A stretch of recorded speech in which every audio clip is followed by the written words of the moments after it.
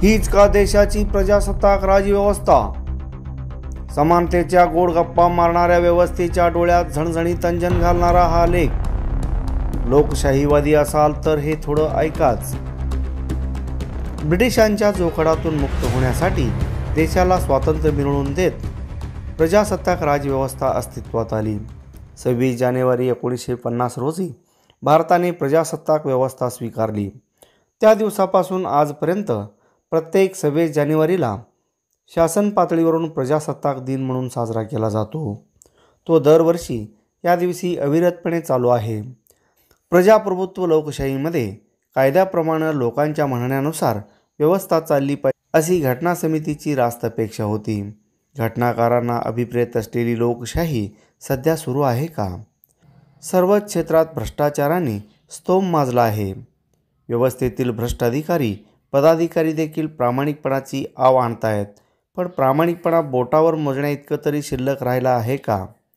अधिकाऱ्यांमध्ये तर उदाहरण दाखवण्यापुरता तरी शिल्लक राहिला आहे का असा प्रश्न पडतो. भ्रष्टाचार, टक्केवारी, कामाचा वाटा, कमिशन, केंडा असे लोकशाहीला अभिप्रेत नसलेली शब्द आता नित्याचीच झाली आहेत. गुलामगिरीच्या जोखडाखाली दबणाऱ्या देशवासियांना स्वातंत्र्य मिळवून देत तरुणांनी जीवाची बाजी लावली, हौतात्म्य पत्करलं आणि देश ब्रिटिशांच्या पिळवणुकीतून मुक्त केलं. स्वातंत्र्यानंतर आपला देश लोकशाही पद्धतीनं चालायचं म्हणून राजघटना अस्तित्वात आली. पण सध्या राजघटनेप्रमाणे देश चालतोय का? वाढता बेकारीचा भस्मासूर, तरुण व्यवसाय अथवा नोकरी नसल्याने नाही तो उठाठेव करत आहेत.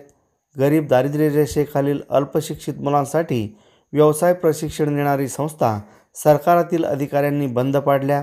त्यांना जाब विचारण्याची सरकारकडे ताकद नाही. तरुणांना मोबाईलमध्ये व्यस्त ठेवल्याचं असुरी आनंद सरकारला मिळत असले तरी त्यातून निर्माण होणारे कायदा सुव्यवस्था हे गंभीर आहेत.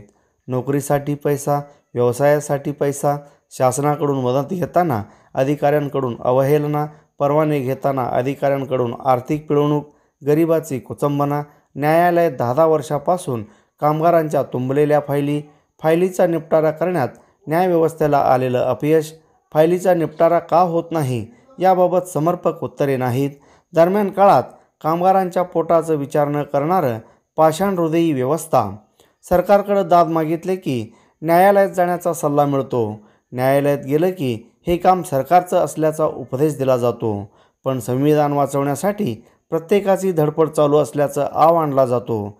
नागरिकांना सेवा देताना दुजाभाव, वाढत चाललेली जातीय दुष्टचक्र, घटनारक्षक आहोत असं दाखवण्याचा राजकीय पक्षांचा नौटंकीपणा दाखवणारे राजकीय पक्ष सत्तेत असताना भ्रष्टाचारात अडकलेल्या मंत्र्यांची लांबलचक यादी, या सर्व बाबी पाहिले तर देशात नेमकं प्रजासत्ताक राजव्यवस्था आहे का असा प्रश्न पडतो. सध्या बळी तो कानपिळीचं राज्य चालू असून प्रजासत्ताक व्यवस्था स्वीकारून 75 वर्ष लोटले तरी नुसत्या समानतेच्या गप्पा, एकाच कामासाठी वेगवेगळ्या जातींना सोयीप्रमाणे वेगवेगळी सुविधा, वरून समानतेच्या पुळचट गप्पा, या सर्व पाहिल्या, ऐकल्या आणि अनुभवलं की डोकं सुन्न होतं. सुखी संसारावर आणि त्यांच्या सोनेरी स्वप्नावर तुळशीपत्र ठेवून देश स्वातंत्र्य मिळवून देत प्रजासत्ताक राजव्यवस्था अस्तित्वात आणण्यासाठी अहोरात्र झटलेल्या, भूमिगत राहून अनेक यातना सहन करत प्राणाची आहुती दिलेल्या हुतात्म्यांना या सर्व बाबी पाहिल्यानंतर काय वाटत असावे? असो, प्रजासत्ताक दिनाच्या निमित्तानं प्रत्येकाने स्वतःच्या बिंबीला शिवून आपापल्या क्षेत्रात आपण किती प्रामाणिकपणानं काम करत आहोत याबाबत आत्मचिंतन होणं गरजेचं आहे. अन्यथा असे प्रजासत्ताक दिवस हे फक्त झेंड्याला सलामी देण्यापुरतं असून पुन्हा चालू होते लबाडीचा खेळ.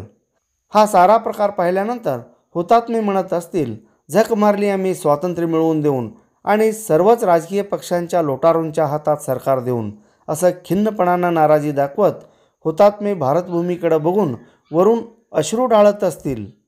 सर्वच बाजूंनी कुतंत्रतेचं राजवट चालू असताना लकलाभ या प्रजासत्ताक राजव्यवस्थेला आणि व्यवस्था चालवणाऱ्या यंत्रणेला यापेक्षा सामान्य माणूस आणखीन काय म्हणू शकतो?